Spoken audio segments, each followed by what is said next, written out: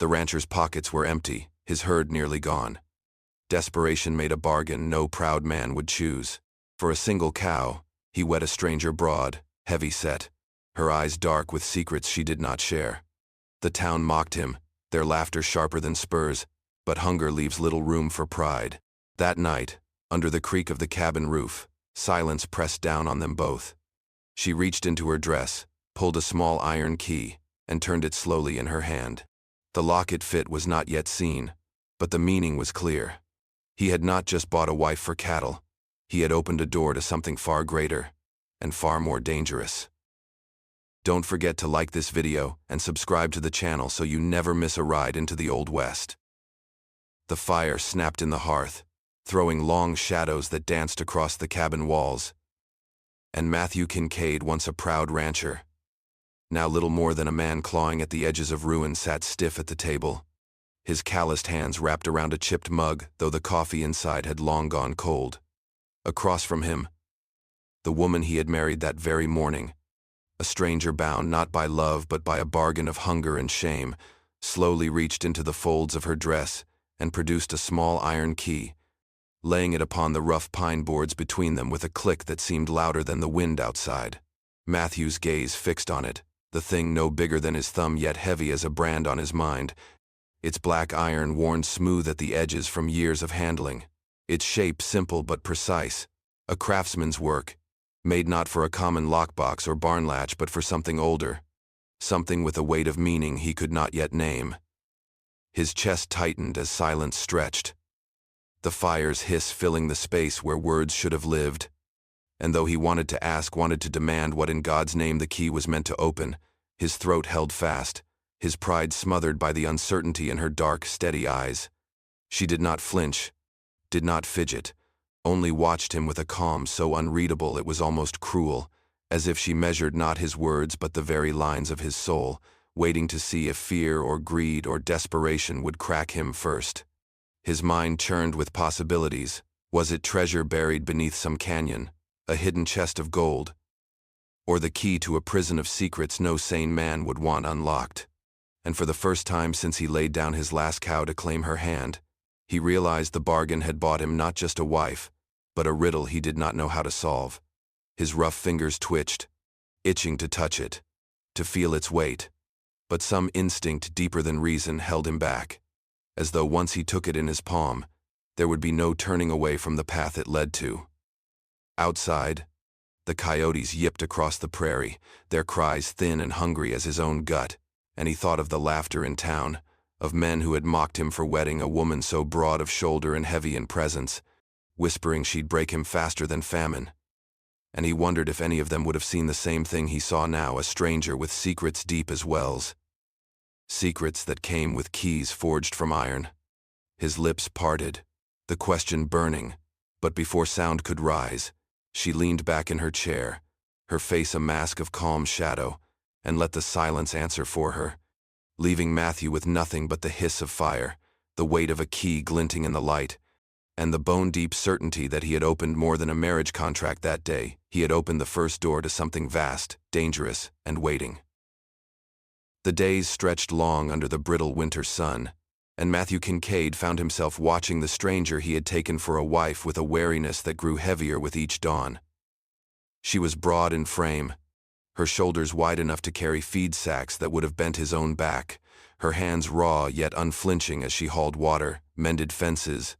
and swung the axe into stubborn cedar with a rhythm that made him wonder if she had ever known ease at all. Yet she did it all in silence, her dark eyes fixed on the work,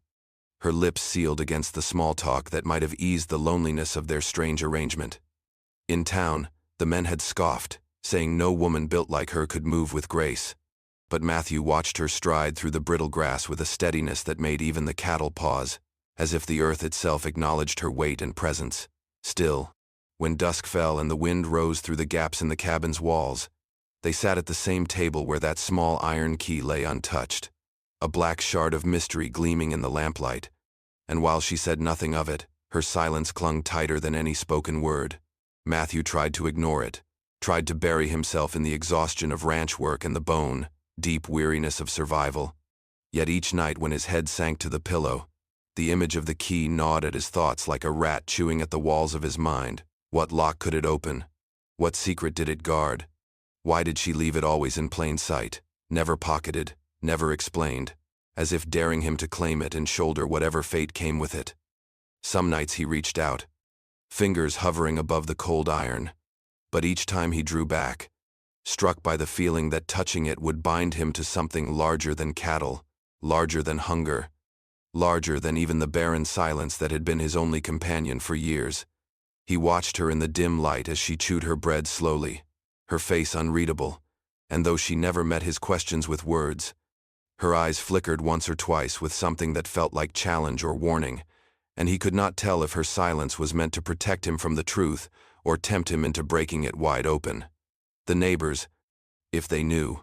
would have laughed harder still, saying Matthew had traded the last of his pride not just for a woman but for a burden wrapped in secrets, and yet he could not shake the strange pull that kept him from sending her away.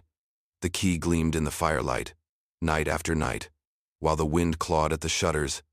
and Matthew felt the weight of a decision pressing down on him, unspoken but inevitable. The sense that sooner or later he would have to take the key in hand, and when he did, his world, for better or worse, would never again be his own. The clang of the blacksmith's hammer and the stink of spilled whiskey mixed with the bitter laughter of men clustered outside the saloon as Matthew Kincaid hitched his wagon and led his wife into town for the first time since the bargain that had made her his. Their voices rose quick and cruel, calling her his cow bride, a jest sharpened to cut deeper than hunger ever could. And though Matthew's jaw tightened, his fists clenched against the urge to swing, it was the woman beside him, broad-shouldered, heavy-set, her gaze steady as an anvil that silenced the worst of them. She said nothing, offered no retort, yet when her dark eyes swept over the crowd, sharp and unflinching as the edge of a drawn blade, their laughter thinned, the bolder men shuffling their boots in the dust, their grins slipping into uneasy smirks. Matthew saw it then. These men who had mocked him so freely now found themselves unsettled, not by her size alone but by something deeper, a presence that spoke without words, and as whispers stirred among them, the tone shifted from mockery to speculation, rumors blooming like wildfire in dry grass. Some muttered she was no ordinary woman, that she'd come from far-off places where fortunes were buried, and curses older than the frontier itself still walked in flesh. Others swore she must carry secrets worth more than a herd of cattle, that the iron key he kept hidden in his cabin was tied to something richer than gold. Matthew felt their eyes burning holes in his back as he carried his supplies, their voices trailing him like spurs on stone, and though none dared step forward to press the matter, the weight of their suspicion wrapped around him tighter than rope. When he glanced at his wife, expecting anger or unease, he found her unchanged,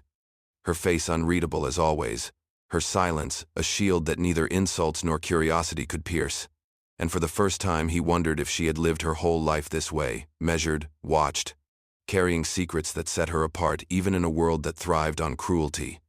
Back in the wagon, he set the reins with hands that shook more from the pressure of whispers than from labor,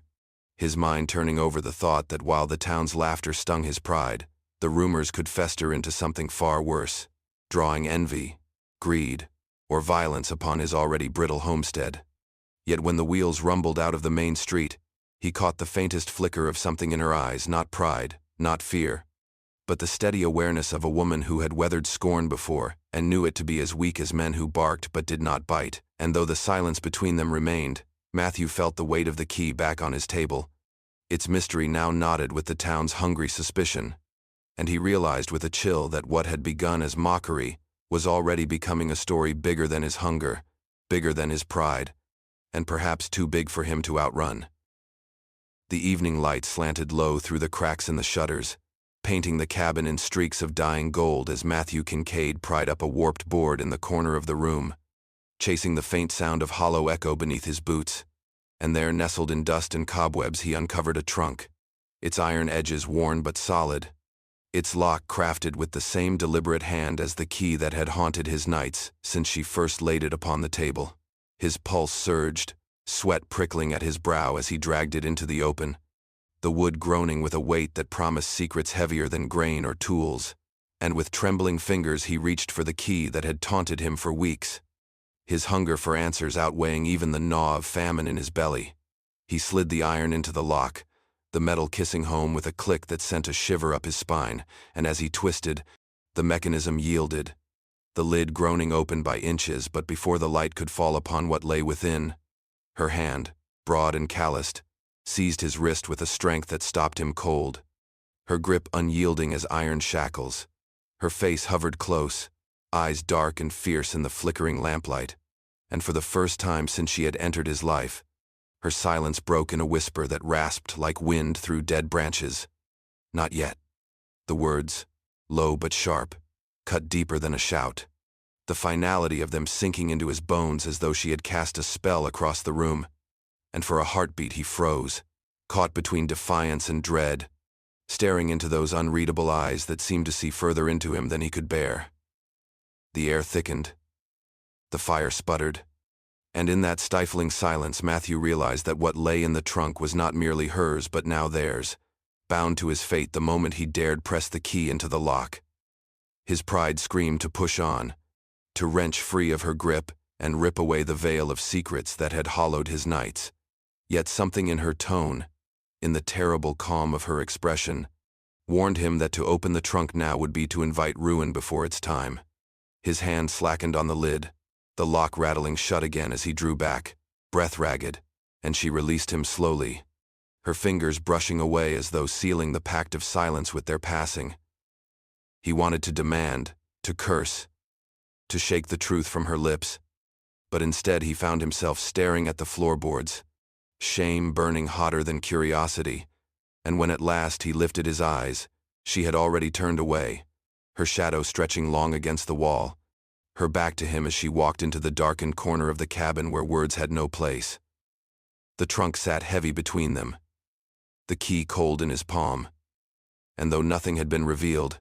Matthew knew more than ever that his bargain had chained him to mysteries far older and darker than hunger, and that whatever truth slumbered inside that trunk, it would not wait forever. The fire burned low, its glow painting the cabin walls in restless shadows, and Matthew Kincaid sat rigid in his chair, the iron key still cold in his palm, when at last the silence that had walled them in for weeks cracked not with anger, nor with demand, but with her voice, low and steady, weaving words into the smoke as though the fire itself had drawn them out. She did not look at him as she spoke, her eyes fixed on the flames, her broad shoulders bowed with the weight of memory, and she told him of a family once whole, torn apart by greedy ranchers who saw not people but land to be stolen, wealth to be seized, lives to be broken for the sake of power. She told him how they came at night, rifles gleaming, setting fire to her father's barns, cutting down her brothers where they stood, and how she, heavy-set and mocked even by her kin for the body she bore, had carried her mother's treasures away under cover of smoke, hiding them where no thief could sniff them out, burying not just gold but the last fragile remnants of her family's pride. Her voice caught once, a fracture quickly smoothed, but Matthew heard it, felt it, the ache that turned her silence into armor. And though her eyes never left the fire, her words cut through the space between them, binding him tighter to her story with every syllable. "The key," she said at last, her hand drifting to the table where it lay glinting in the firelight, "opens more than wood and iron. It opens choice, power, danger. I left it there for you to see, because the moment you turn it, there is no going back." Her gaze shifted then, meeting his with a sharpness that made him swallow hard, and he understood that the trunk beneath his floorboards was not simply a chest of coin or jewels, but a vault holding her past, her vengeance, and perhaps a future more perilous than the hunger that had driven him to marry her. Matthew's thoughts churned, the mockery of the town echoing in his ears, the laughter of men who would spit and sneer but snatch the key from his hand if they knew what it unlocked. And for the first time he saw his wife not as a burden bought with cattle, nor as a stranger haunting his table, but as a storm in flesh, one who had survived loss deeper than his own, and who carried secrets sharp enough to cut the throat of any man who reached too greedily for them. He wanted to ask her everything, to demand the truth of what fortune she had buried, of what dangers lurked if he dared unlock it, but the words stuck, swallowed by the certainty that knowing too much too soon might drag them both into ruin before he was ready. The fire popped, sparks leaping like fleeting stars, and she leaned back into the dark, her confession complete, leaving him staring at the iron key on the table, its shadow stretching long, its promise heavier than gold. And he realized with a cold clarity that his hunger had led him to bargain for more than food or survival. He had bargained for secrets that could change everything. And now the frontier itself waited to see whether he would be bold enough, or foolish enough, to claim them. The night was thick with the sound of hooves, low and steady at first, like a drumbeat rolling across the plains, until Matthew Kincaid stepped out onto his porch and saw the flicker of lantern light bobbing through the dark, riders circling wide around his ranch like wolves testing a fence line. His breath caught, the rifle in his hand suddenly feeling small against the weight of what he saw. And in that moment the firelit confession of his wife burned fresh in his ears, her past, her fortune, her enemies, and he knew with bone-deep certainty that whatever she had locked away in that hidden trunk had not been forgotten by the men who once tried to take it. Their shadows slid in and out of the night, voices carrying in harsh whispers, and though none dared ride straight in, their circling was enough to turn his stomach cold, for this was no random band of drifters but men who hunted with patience, certain their quarry was trapped inside. Behind him, the cabin glowed faint with firelight, his wife standing in the doorway, her broad frame filling the space, her eyes dark but sharp as flint, and she did not flinch at the sight of them, did not cry out or cower, but met the night with the calm of someone who had expected this moment to come sooner or later. Matthew's chest tightened, shame prickling at his skin as he thought of the cow he had traded for her hand, the bargain made in desperation, believing he was buying only food against the hunger gnawing his bones.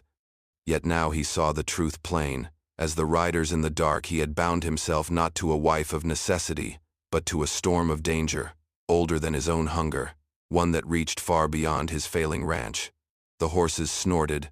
a match flared, and he caught the glimpse of a face scarred, hard, a man who looked like he'd kill without thinking twice, and though no shot came, the message was clear. They were waiting, watching, testing. The promise of violence hanging just beyond the fence line like thunder before a strike. Matthew raised his rifle, his hands trembling, and the riders melted back into the night, their hooves fading slow but deliberate, a warning that they would return when the time was ripe. When silence finally pressed in again, heavier than before, he turned to find her still standing there, the iron key glinting faintly at her throat, where she now wore it on a cord, as though to remind him and the night alike that whatever those men sought, they would not find it without breaking both of them first. He swallowed hard, the loneliness of his old life suddenly seeming like a mercy compared to the peril that now bound him. Yet as fear gnawed, another feeling stirred beneath it, something like resolve, like the first glimmer of a man who, though desperate, would not run from the storm he had chosen, for better or worse. The cabin walls groaned under the weight of the night, every creak of timber sounding like a warning, and when Matthew Kincaid woke to find her stuffing bread into a sack and pulling her shawl tight across her broad shoulders, his stomach twisted with a dread sharper than any hunger he had ever known. She moved with quiet urgency, her face unreadable but her hands steady, and the iron key hung against her chest, glinting faintly in the lamplight as if reminding him that she carried both burden and answer in the same breath. For a moment he only watched, torn between the raw instinct to let her go and the gnawing fear of what her leaving would mean: safety, perhaps, for him, a chance to live small and alone again, free of her secrets and the riders circling like vultures in the dark, yet the image of the town's laughter and the hollow silence of his ranch without her pressed in just as hard. "You'd leave?" he rasped, his voice thick, but she did not stop, only glanced once toward the window where the memory of hooves still echoed, then back to him with eyes that spoke of inevitability. She had carried her past too long to see another soul dragged into its storm. Anger and shame surged in him, fear clawing at his throat. Yet when she reached for the door, something broke loose inside Matthew, something that had been buried under years of solitude and desperation. And before he could think better, his hand shot out, gripping her arm with more conviction than he'd ever shown her since the day they were bound. "No," he said, the word raw, torn from the deepest part of him, and though his voice shook, there was steel in it, a steel he had not felt in years. "You don't ride into this alone." Her brow furrowed, surprise flickering through her calm mask, and she searched his face as if testing whether his resolve was more than a desperate man's bluff. But he did not flinch, did not let go,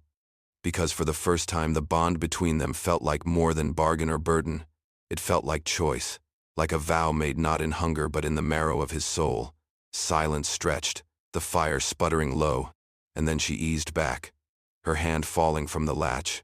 her chest rising and falling with a weight he could not yet name. And in her dark gaze he caught the faintest glimmer of something new, not defiance, not resignation, but respect. Outside, the prairie lay smothered in shadow, danger waiting just beyond the horizon. Yet within the cabin Matthew felt a strange steadiness settle in, as though by refusing to let her flee, he had unlocked something greater than the trunk beneath his floorboards, greater even than the secrets she carried. For the first time, their bond was not forged by cattle, or silence, or fear, but by choice, and in that choice he felt the stirrings of a strength that might just be enough to face the storm gathering outside. The dawn had barely crept over the plains when the thunder of hooves shattered the fragile stillness, and Matthew Kincaid stepped out onto his porch with his rifle in hand, heart pounding as a line of riders fanned across the yard, their faces hard, eyes gleaming with greed that burned hotter than the rising sun. Their leader, a scarred man with a sneer carved deep into his jaw, swung down from the saddle and called out in a voice thick with menace, demanding the key, demanding the fortune they claimed was rightfully theirs. And though Matthew's stomach clenched with terror, he felt her step beside him, broad shoulders squared, the iron key glinting at her throat like a brand of defiance. When the first shot cracked, splintering wood from the barn door, instinct seized him, and he dropped to one knee, his rifle barking fire as she surged forward with a force that seemed to rise from the earth itself, her hands gripping a heavy beam torn from the fence, swinging it with a strength that sent one rider crashing from the saddle. The yard erupted into chaos, gunfire splitting the air, horses screaming, dust and smoke choking the sky, and Matthew found himself fighting not as a desperate rancher clinging to scraps of pride, but as a man driven by something fiercer, something shared, every shot he fired echoing against her defiant roars as together they held the line. She moved with a fury born of years of grief, her blows landing like thunder, while he covered her flanks, his grit anchoring her strength, and for the first time he understood that their bond was not of weakness but of balance. Two halves forged by desperation into something unbreakable. Bullets tore through the walls of the cabin, sparks leapt as lantern oil spilled, and still they stood, side by side, their breaths ragged, their bodies aching but unyielding, until the yard was littered with groaning men and the rest fled into the horizon, their greed scattered by the storm they had tried to claim. Silence returned at last, broken only by the hiss of smoldering wood, and Matthew lowered his rifle, his arms trembling, his ears ringing with the echo of violence. But when he turned to her, her chest heaving, her eyes dark with fire yet softened by something he had not seen before, he realized that in the crucible of that battle, they had become not just strangers bound by a bargain, but partners bound by survival, their strength stitched together by blood and grit. The homestead bore scars now, walls peppered with holes, fences shattered, yet it still stood, and so did they. Shoulder to shoulder in the smoking yard, the key at her throat gleaming brighter than before, a promise that their fight was not yet over but that together they had the will to see it through. The acrid smoke still clung to the air, curling in thin ribbons through the battered rafters, carrying with it the bitter stench of powder and char, as Matthew dragged the last of the fallen raiders into the dirt, his boots grinding into the churned mud where blood had already darkened the earth, and he leaned hard against the porch rail, breath rasping, sweat dripping from his brow to the splintered wood below, his chest aching with every ragged inhale, though exhaustion was a luxury he could not yet claim, for when he turned toward the cabin, he froze, seeing her already inside, her tall frame filling the lamplight as she stood over the hidden trunk, the one they had quarreled about so many times, the one she had defended with silence and sharp words whenever he pressed for answers, and now, with no raiders left to threaten them, there was no longer a reason to keep the truth locked away. Matthew watched as she reached for the iron key hanging from the rawhide cord around her neck, her hands trembling not with fear but with the sheer weight of choice, and with a steady breath she pressed the key into the lock, the click echoing in the silence like a gunshot, sharp and undeniable, before she lifted the lid with reverence and resolve, revealing not glittering coins or stolen silver as he had half hoped, half feared, but bundles of oilskin-wrapped documents, brittle with age and stamped with seals of authority, deeds and titles recording land that stretched farther than the horizon, proof not of fleeting wealth but of inheritance, of ownership, of power rooted in the soil itself. Kneeling beside her, his calloused fingers brushed against the yellowed parchment, his heart swelling not with the thrill of treasure unearthed but with awe at the truth it carried. For this was no rumor, no myth, but history reclaimed, a legacy stolen long ago by the very men whose greed had cost them their lives in his yard. And when she met his gaze, eyes dark and unflinching, she spoke with a steadiness that carried the weight of generations. They thought killing my kin would erase us. This is what they feared most. Not my body, not my silence, these papers. And in that instant the world seemed to tilt beneath him, the meaning of their bond shifting as surely as if the earth itself had cracked open. For in his hands lay not only parchment but the power to reshape the future, hers and his together. And the ranch he had thought a fragile outpost clinging to survival became instead a foothold to justice, a claim no bullet could erase. And as her fingers closed firmly over his, her grip resolute, Matthew felt their cause crystallize into something far greater than survival, a covenant of blood and struggle, a promise bound to the land itself. Outside, the first streaks of dawn touched the horizon, washing the battlefield in pale gold, the bloodied earth gleaming faintly under the new light. A grim reminder of the price already paid, yet with it came something fierce and unyielding hope, for the key had not only opened a trunk, it had unlocked a destiny. And as Matthew looked at her, at the strength carved into her face and the certainty in her eyes, he felt the shape of his life alter forever. No longer shame, no longer empty hands, but the beginning of something vast, unshakable, and theirs. The morning sun bled across the wide plains, soft gold spilling over battered fences, bullet-scarred walls, and the weary figures standing shoulder to shoulder on the porch, the silence between them heavy yet alive, charged with something neither words nor weapons could name. Matthew Kincaid let the breath he'd been holding slip out slow, tasting ash and dust on the back of his tongue, his eyes roaming the horizon as though seeing it for the first time, every ridge and hollow now cast in a gentler light, every shadow lengthened into something less threatening, almost sacred.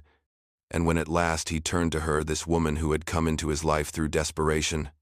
through barter and mockery, and the laughter of a town that had never let her forget the width of her shoulders, nor the silence of her past, he no longer saw the burden others mocked, nor the mystery he had once feared, but the iron-strong partner who had fought at his side through fire and smoke, who had placed a key in his palm and, with it, had unlocked not just a trunk of papers, not merely deeds to land, but a door into a life he had never dared imagine. Her broad frame bore the scars of cruelty, the marks left by a world that had tried to break her into silence,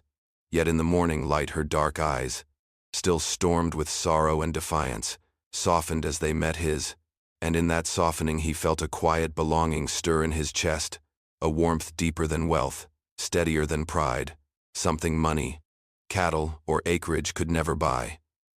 For though the papers on the table inside bore seals of power reclaimed and promises of land secured,